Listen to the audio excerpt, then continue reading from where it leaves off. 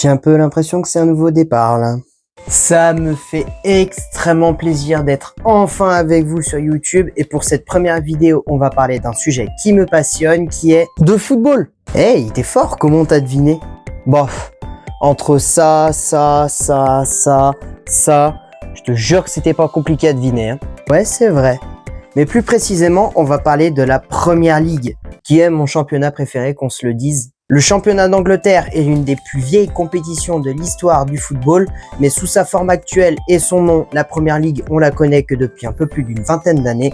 On va revenir sur la première saison de l'histoire de la Première Ligue en 1992-1993, générique. Générique. Oh non, on va pas commencer avec les histoires de générique qui se lancent.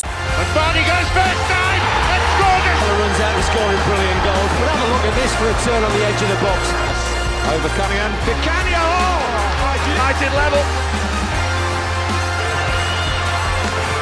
He's beaten again.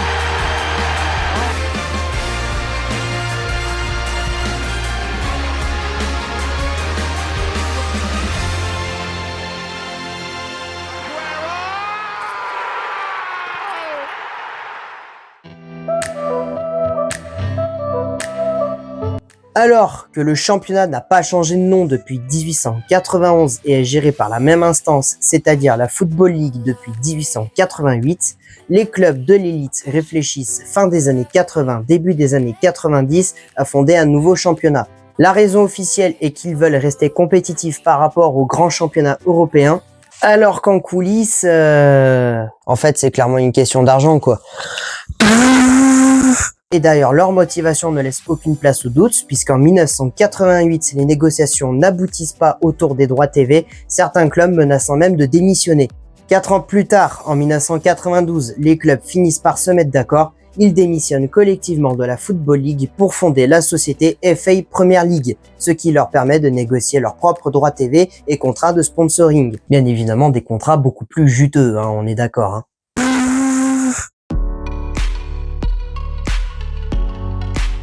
Maintenant qu'on a parlé d'argent, on peut parler football et regardez-le avoir oublié sa casquette, ce gros con. Ça y est, on est le 15 août et la première saison de l'histoire de la Première Ligue débute officiellement. Il nous faudra d'ailleurs attendre pas bien longtemps pour connaître l'identité de son tout premier buteur, puisque Brian Deane, dès la 5e minute, ouvrira le score en faveur de Sheffield United. Ce dernier s'offrira même un doublé afin de permettre aux siens de s'imposer 2-1 face à Manchester United. Lors de cette première journée, on peut également apprécier un match nul spectaculaire entre Crystal Palace et Blackburn Rovers à Sellers Park. Score final 3 buts partout. En parlant de Blackburn, on retrouve aussi des clubs qui n'évoluent aujourd'hui plus en Première Ligue. Au menu, on retrouve des clubs tels que Blackburn, donc Leeds, les champions en titre, Norwich, Coventry, Middlesbrough, Queen's Park Rangers. Mais on retrouve aussi un club qui évolue aujourd'hui en D4, c'est-à-dire Wimbledon, et même un club qui évolue en 5e division, Oldham Athletic. La première journée se terminera le dimanche par une victoire 1-0 de Nottingham Forest face à Liverpool. Et je te le dis, c'est pas la bonne saison pour porter un pull des Reds, hein, je suis désolé. Hein. Ne l'écoute pas, il raconte n'importe quoi, je te jure que ton heure viendra, je te le promets. Et le lundi, par un match nul, un but partout entre Manchester City et Queen's Park Rangers. Bien, maintenant que la saison est introduite, on va parler de Leeds United. Pourquoi t'as fait cet accent là? Ah j'en sais rien, je trouvais que ça faisait bien à ce moment-là. Regardez-le lui aussi avoir oublié sa casquette, ce gros con. Bon bref, comme il l'a dit, on va parler de Leeds car la saison des champions à titre a été bien compliquée, perdant même leur joueur vedette dès la fin novembre, Eric Cantona. Je leur pisse au cul. Eh, t'imites vachement bien Cantona, on dirait presque que t'as la même voix. Ouais, merci hein. Bah de rien hein. Cantona d'ailleurs qui partira chez les futurs champions d'Angleterre, Manchester United. Donc comme dit sur le prêt, les résultats ne sont pas bons et Leeds finira la phase aller à une bien triste 16e place à seulement 3 points de la zone rouge qu'ils auront même connue entre la 13e et la 18e journée. La deuxième partie de saison n'est pas bien meilleure, ils ne se mettront d'ailleurs jamais vraiment à l'abri de la menace, n'assurant son maintien qu'au terme de la 41e journée, c'est-à-dire l'avant-dernière, avant de terminer à une bien piteuse 17e place. C'est d'ailleurs le pire classement d'un champion en titre depuis Ipswich en 62-63 où ils avaient terminé à la même position. Et si on reste strictement sur la première ligue, le deuxième pire résultat d'un tenant du titre, c'est Leicester en 2017-2018. Et Ratum, c'était en 2016-2017. Où ils avaient terminé à la 12e place. Et la stat est d'autant plus accablante que Leeds ne gagnera pas un seul match à l'extérieur cette saison, enregistrant 14 défaites pour 7 matchs nuls, malgré une bonne forme à domicile où ils ne perdront qu'une seule fois. On a commencé à l'évoquer avec Leeds, mais la lutte pour le maintien aura été acharnée jusqu'au bout.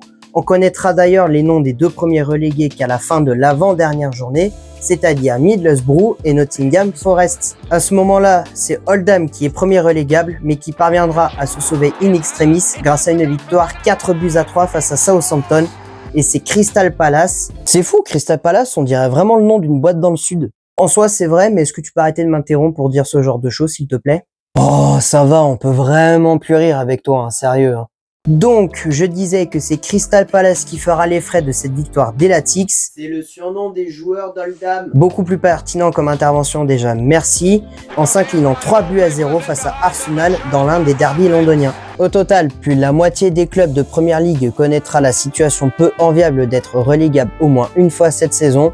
Et si on reste purement dans les statistiques, seuls 10 points sépareront le premier relégable de Liverpool 6e. C'est d'ailleurs un record qui n'est pas prêt de tomber puisque à peu près l'écart entre le premier relégable et le 6e en Première Ligue, c'est une trentaine de points.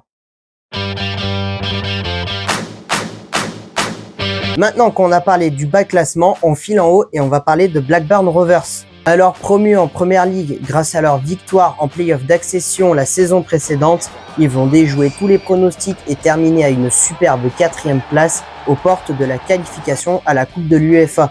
Ils seront également pas passés loin de se qualifier pour celle-ci via les coupes nationales, éliminés en demi-finale de la League Cup par Sheffield Wednesday et éliminés en quart de finale de la FA Cup par Sheffield United.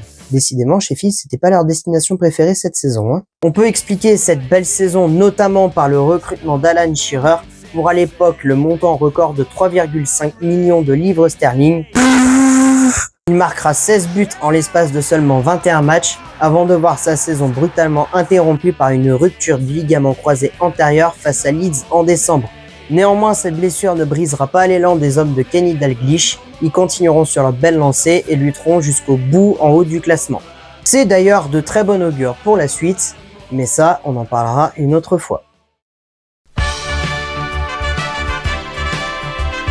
On va parler maintenant du champion d'Angleterre pour son plus grand malheur, Manchester United.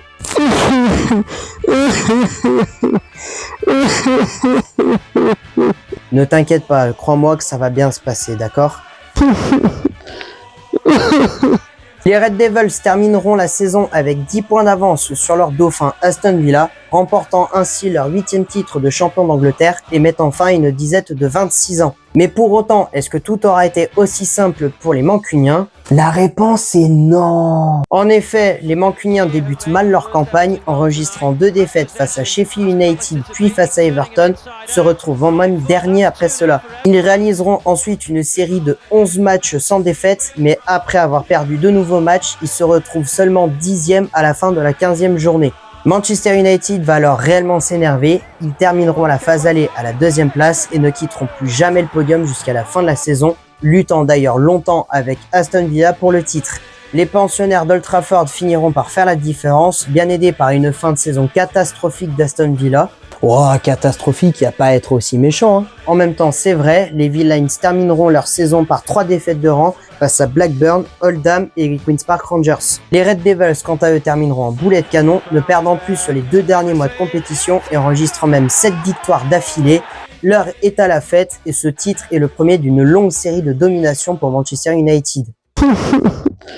Bon, moi je vous laisse, je vais aller le consoler un peu, je crois. Hein. Merci d'avoir regardé la vidéo jusque-là, ça m'a fait tellement plaisir de la tourner. Alors je sais qu'elle n'est pas parfaite, mais si elle vous a plu malgré tout, n'hésitez pas à liker et vous abonner à ma chaîne. N'hésitez pas non plus à partager la vidéo. Je vous en supplie, si vous avez des retours à me faire, s'ils sont constructifs, n'hésitez pas à me les faire.